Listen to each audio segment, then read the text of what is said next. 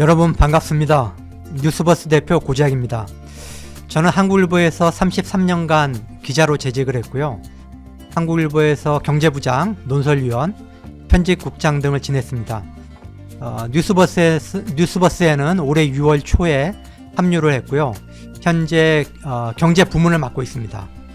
오늘부터 중요한 경제 이슈를 정리해드리는 고재학의 경제 버스를 진행하게 됐습니다. 여러분의 성원 부탁드리겠습니다. 요즘 경제계의 가장 뜨거운 이슈 무엇일까요? 아마도 티몬과 위메프 사태가 아닐까 싶은데요. 그래서 이른바 티메프 사태를 첫 번째 주제로 골라봤는데요. 이 티메프 사태가 왜 일어났는가, 그 원인이 뭔가, 그리고 이 사태로 인해서 지금 최대 1조 원 이상의 그런 피해가 예상이 되는 상황인데 과연 피해는 얼마나 복구가 될 수 있을까? 그리고 이 사태를 해결하기 위해서 정부는 어떤 대응을 지금 준비하고 있는 건가? 그리고 정부는 과연 이번 사태의 책임에서 자유로운가? 그리고 TMF 사태가 결국 어디를 향할 것인가? 종착지는 무엇인가? 이런 순서로 빠르게 TMF 사태를 한번 정리를 해보겠습니다.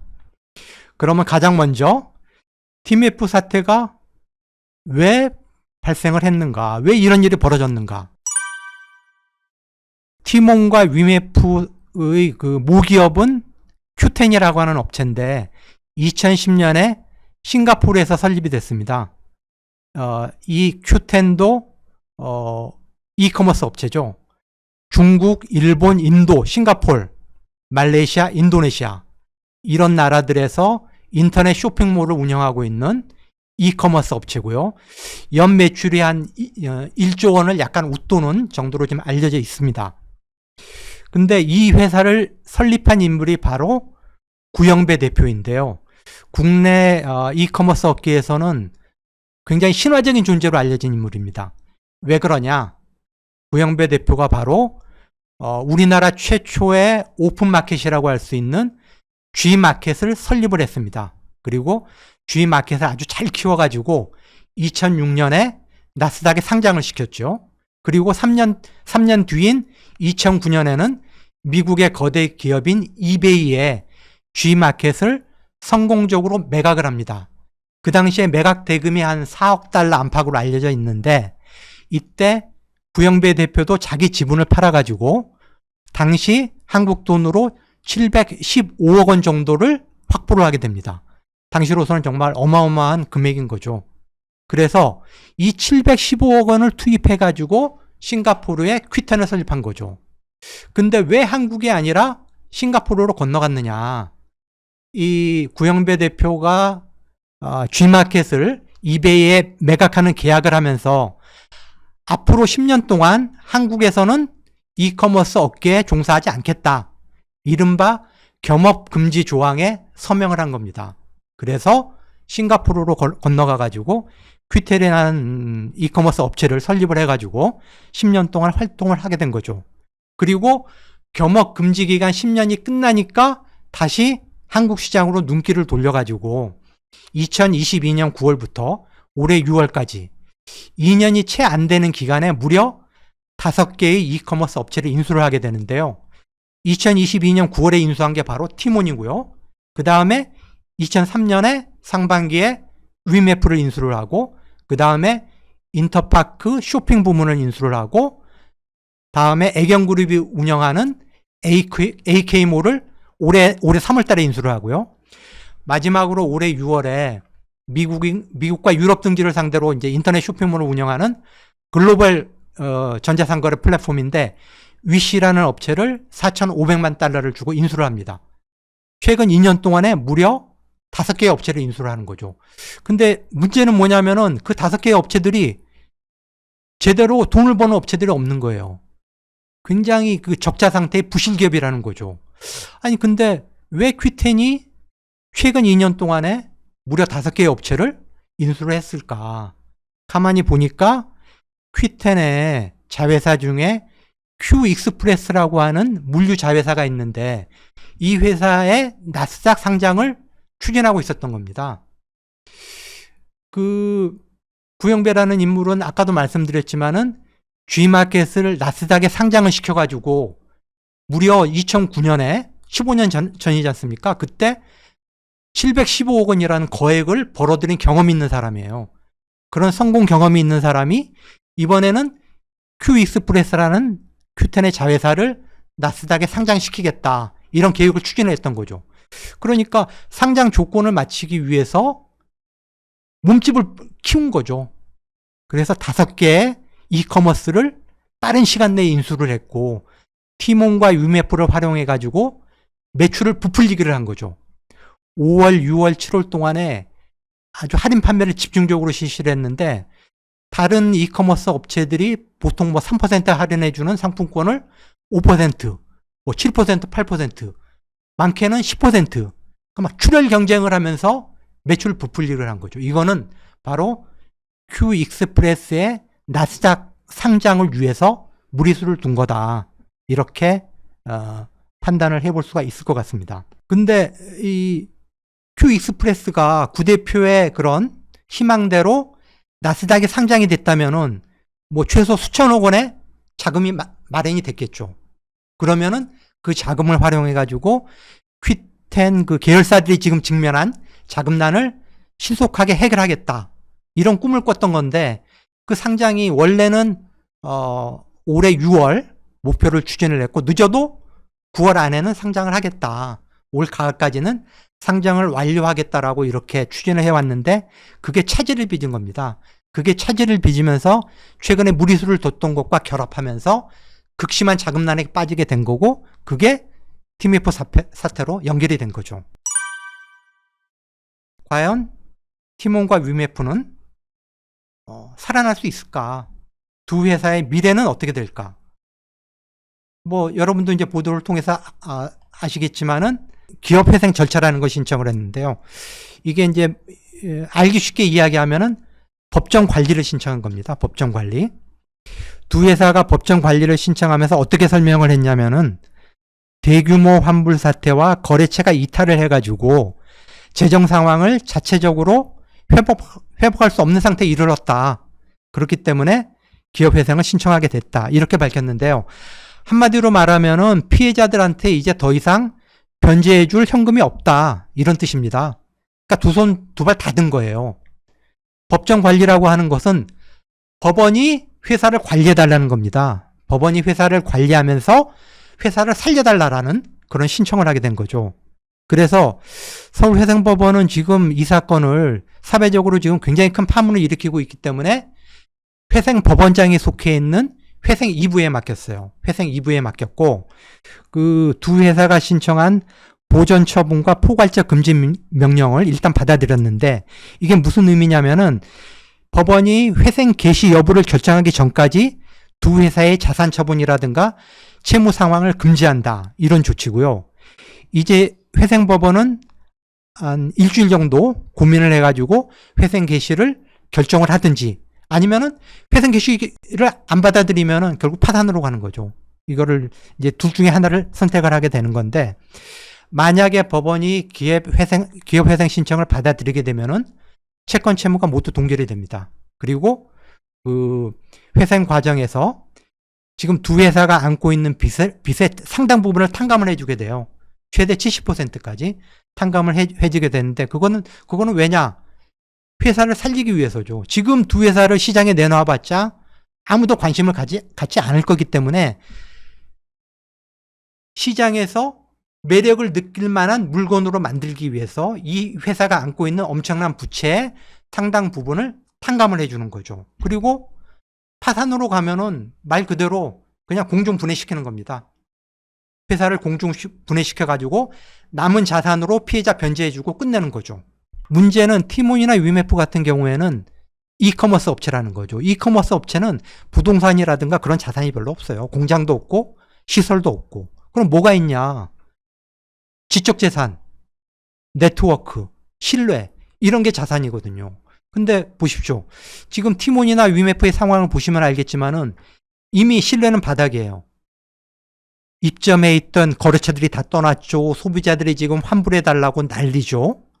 그리고 지금 유동자산보다 유동부채가 훨씬 많아요. 자본이 완전히 잠식된 상태고 적자를 지속하고 있고 지금 보유하고 있는 현금은 바닥이 났고 과연 이런 회사를 어떻게 회생시킬 수가 있겠습니까? 그래서 법조계에서는 회생 절차에 들어가는 게 별 의미가 없다. 두 회사가 왜 법정관리를 신청했는지 이해하기 어렵다라고 이야기를 하고 있습니다. 티몬과 위메프는 채권자 수가 너무 많아요. 신용카드사, 결제대행사, 피지사라고 하죠. 다음에 페이사, 다음에 거기에 입점해서 지금 피해를 본 판매업자들이 무려 6만 곳에 달해요. 그러니까 채권자가 너무 많다. 지금 현재까지 정부가 파악하고 있는 미정산금이 2,100억 정도 되는데요. 근데 문제는 이게 5월 말까지 미정산된 금액이고 6월, 7월분이 포함이 안 돼 있거든요.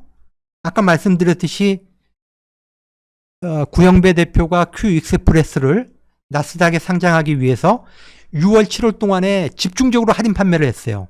티몬과 위메프의 매출을 부풀려가지고 우리가 이 정도의 실적을 가진 회사다라고 나스닥에 하여튼 유리한 그런 조건을 상장에 유리한 조건을 만들기 위해서 엄청나게 출혈 판매를 했다는 거죠. 그렇기 때문에 6월, 7월 판매분까지 합산을 하게 되면은 미정산 금액이 1조 원은 웃돌 거다라는 거죠. 지금 유통업계에서 추산하는 티몬과 위메프의 피해 금액은 1조 원이 넘을 거다. 이 사태의 키맨은 구영배 대표라고 할 수 있는데 큐텐의 구영배 대표가 갖고 있는 자산이 어느 정도일까?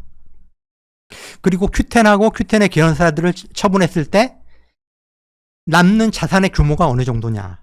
이게 이제 가장 중요하거든요. 피해자 구제를 위해서는. 근데 큐텐의 구영배 대표가 7월 29일 날 입장문을 내가지고 큐텐 지분을 포함해서 내가 사전을 출연해가지고 이번 사태를 수습하겠다. 이렇게 입장문을 냈고요.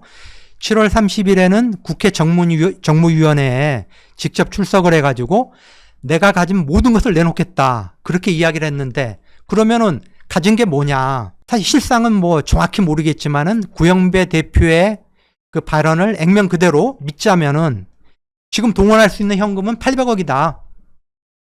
자기가 800억을 동원할 수 있는데 중국에 그 자금이 묶여 있어가지고 당장 쓰기는 어렵다. 그리고 내가 큐텐 지분 38%를 갖고 있다. 회사가 잘 나갔을 때는 그 지분의 가치가 5천억 정도의 밸류를 인정을 받았다. 근데 지금은 잘 모르겠다. 이렇게 얼버무렸어요. 그러니까 5천억이라고 하는 게 큐텐의 어떤 몸값이 굉장히 부풀려져 있었을 때 큐텐이 잘 나갈 때 책정된 금액이거든요. 근데 지금은 큐텐도 완전히 망가졌습니다. 자본이 완전 잠식 상태죠. 적자 상태죠. 갖고 있는 현금은 별로 없죠. 그런데 과연 시장에 큐텐의 지분 38%를 내놨을 때 누가 이걸 돈을 주고 살까? 그러니까 휴지 조각이나 마찬가지라는 거죠.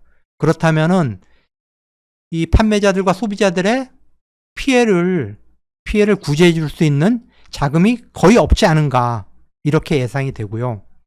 지금 보도가 됐지만은 검찰이 구 대표에 대해서 긴급 출국 금지를 시켰고요. 특수부를 비롯한 검사 7명으로 지금 전단 수사팀을 꾸려가지고 수사에 나섰기 때문에 아마 조만간에 구 대표는 횡령, 배임, 사기 등의 혐의로 형사처벌을 받지 않을까 그렇게 예상이 됩니다. 정부가 최근에 그 기획재정부를 중심으로 관계부처 회의를 2번을 열었는데요. 거기서 대책이라고 하는 거를 내놨습니다. 그러면서 어떻게 설명을 했냐. 이번 사태의 최종적인 책임은 약속한 판매 대금을 지급하지 않은 티몬하고 위메프에 있다. 이렇게 책임 소재를 명확히 했고요. 정부의 책임이 없기 때문에 정부 재정을 직접 투입을 해가지고 손실 보전을 해줄 수는 없다. 대신에 공적 자금을 낮은 금리로 빌려주겠다. 이거거든요. 그래가지고 3%대 금리에 긴급 경영 안정 자금이라는 게 있는데 그거 2천억 원을 비롯해가지고 5,600억 원 정도의 공적 자금을 낮은 금리로 피해자들한테 대출해주겠다. 이게 바로 그 정부 대책의 핵심이고요. 그와 아울러 가지고 기존 대출의 만기를 1년 정도 연장해 줄 수 있다. 근데 결국 이거는 대출이거든요. 뭐 1년이든 2년이든 결국 향후에 피해자들이 갚아야 될 돈이기 때문에 결국은 빚으로 빚을 돌려막는 그런 식의 어떤 뭐 임시 땜빵 조치일 뿐이다. 근본적인 해법은 되지 못하는 거 아니냐. 이런 지금 얘기들이 나오고 있습니다. 여러분도 기억하시겠지만은 2011년에 머지 포인트라고 하는 사회적으로 굉장히 그 큰 혼란이 빚어졌던 지금의 그 TMF 사태랑 굉장히 유사한 일이 벌어졌습니다. 그러면은 그러고 나서 지금 한 3년 가까이 시간이 흘렀는데 정부 입장에서는 이런 유사한 일이 벌어지지 않도록 당연히 강력한 소비자 피해 억제 대책을 만들어 놨어야죠. 근데 지금 정부가 하는 얘기를 들어보면은 아니 뭐 법과 제도에 뭐 규정이 없어서 우리는 뭐 할 수 있는 우리가 뭐 이 사태를 뭐 막을 수 있는 방법이 없었다라고 그렇게 정부는 책임이 없다라고 주장을 하는데 저는 그렇지 않다고 보거든요. 이번에도 보면은 그 구영배 큐텐 대표가 미국의 위시라고 하는 이커머스 업체를 올해 6월 달에 2,500만 달러를 주고 매입을 했는데 그 돈이 어디서 나왔냐? 자기도 국회에서 실토했잖아요. 바로 티몬하고 UMF의 판매 대금이에요. 판매 대금 400억 원을 유용을 해가지고 위시라고 하는 업체를 산 거거든요. 결국 자기가 갖고 있는 큐익스프레스라고 하는 물류 자회사를 나스닥에 상장하기 위해서 이런 무리수를 둔 건데, 아니 그렇다면은 보십시오. 신용카드사나 뭐 결제대행사나 뭐 페이사나 전부 금융기관에 준하는 그런 엄격한 규제를 받고 있어요. 여신전문업법에 따라서 아주 정부의 강력한 규제를 받고 있는데, 그렇다면은 이런 이커머스 업체들도 정부가 그에 상응하는, 그에 준하는 규제를 했어야 된다. 짧은 시간이지만 하여튼 TMF 사태에 대해서 제가 좀 정리를 해봤고요. 오늘 준비한 고작의 경제버스 첫 회는 이것으로 마치고 다음에 하여튼 더 좋은 컨텐츠를 준비해가지고 여러분을 다시 찾아뵙겠습니다. 시청해주신 여러분 고맙습니다.